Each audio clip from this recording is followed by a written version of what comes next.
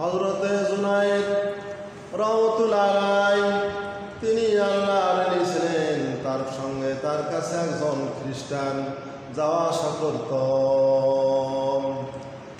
যাওয়ার পরে হঠাৎ করে বলতেছে, আমি চলে যাব, আজকে আমাদের একটি সমাবেশ আছে।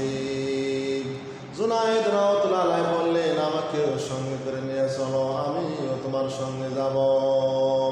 খ্রিস্টান বলতেছে, না, আমার সঙ্গে যাওয়া হবে না, আমাদের হাজার হাজার খ্রিস্টান উপস্থিত হবে, সেখানে মুসলমান থাকলে তাকে হত্যা করে ফেলবে।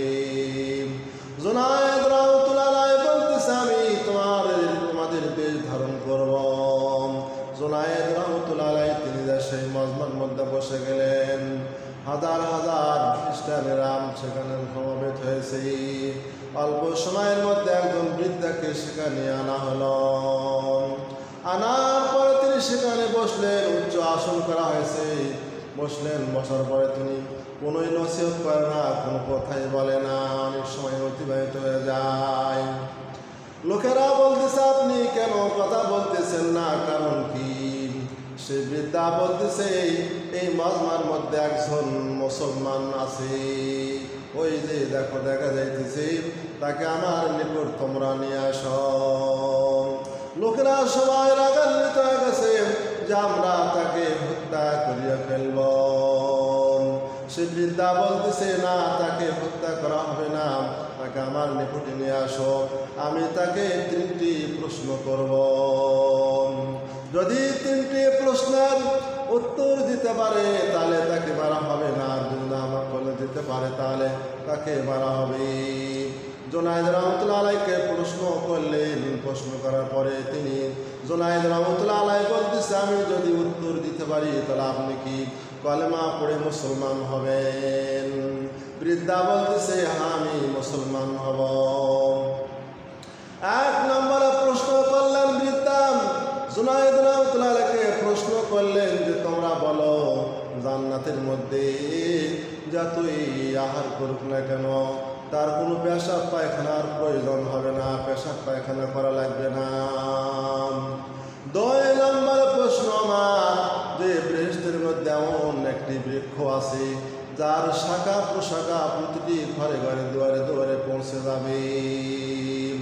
3 নম্বরে প্রশ্ন, তোমরা বলো যে বেহেশতের মধ্যে যত খানাই খাক না কেন, যতই আহার করুক না কেন তার কোনো কমতি হবে না। এইগুলি অসম্ভব কথা।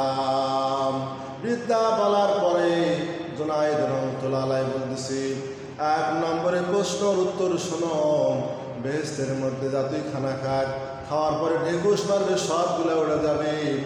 মায়ের পেটে সন্তান থাকে, মায়ের পেটে সন্তান থাকার পরে মায়ের নারীর সঙ্গে কানেকশন, বলে রক্ত আহার করে তার পেশাব পায়খানার কোনোই প্রয়োজন হয় না।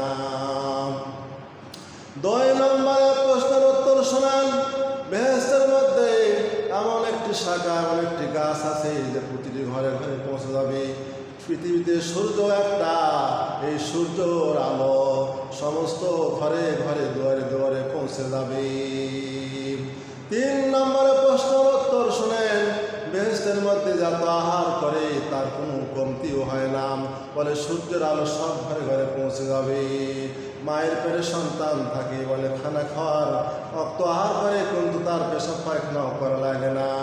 পৃথিবীতে কোরআন শরীফ আল্লাহ তাআলা দিয়েছেন, কোরআন শরীফ একটা, হাজার হাজার লক্ষ লক্ষ মানুষ কোরআন শরীফ পড়তেছে, আর স্বাদ কিন্তু কমবে না, আর স্বাদ কমে না, আর মাধুর্য কমে না।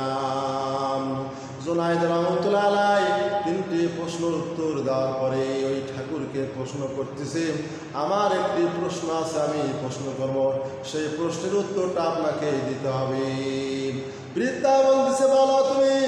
বলে জুনায়েদ রাহমাতুল্লাহ আলাইহি বলতেছে, তুমি বলো, বেহেশতের গেটে কি লেখা আছে? ঠাকুর কোনো কথা বলে না, চুপ করে আছে। লোকজনেরা বলতেছে, আপনি বলেন। আপনার 3টি প্রশ্নের উত্তর দিয়েছে, আপনি একটা প্রশ্নের উত্তর তাকে কেন দিতেছেন না, আপনি বলেন। ঠাকুর বলতেছে, আমি প্রশ্নের উত্তর দিতে পারি, তোমরা যদি সবাই মেনে নাও তাহলে আমি দিব। সবাই এক বাক্যে বলেন, হ্যাঁ, আমরা মেনে দিব। ঠাকুর সাহেব বললেন, উত্তর দিলেন যে বেহেশতের গেটে লা ইলাহা ইল্লাল্লাহু মুহাম্মাদুর রাসূলুল্লাহ। সবাই কলেমা পড়ে, যত ইহুদি ছিল ওখানে সমাবেশে, সবাই কলেমা পড়ে মুসলমান হয়ে গেছে। ওয়ালিদের কেরামতি বলা হয়, ওলিদের কেরামতি দেখে দেখে হাজার হাজার খ্রিস্টান ইহুদিরা তারা মুসলমান হয়ে গেছে।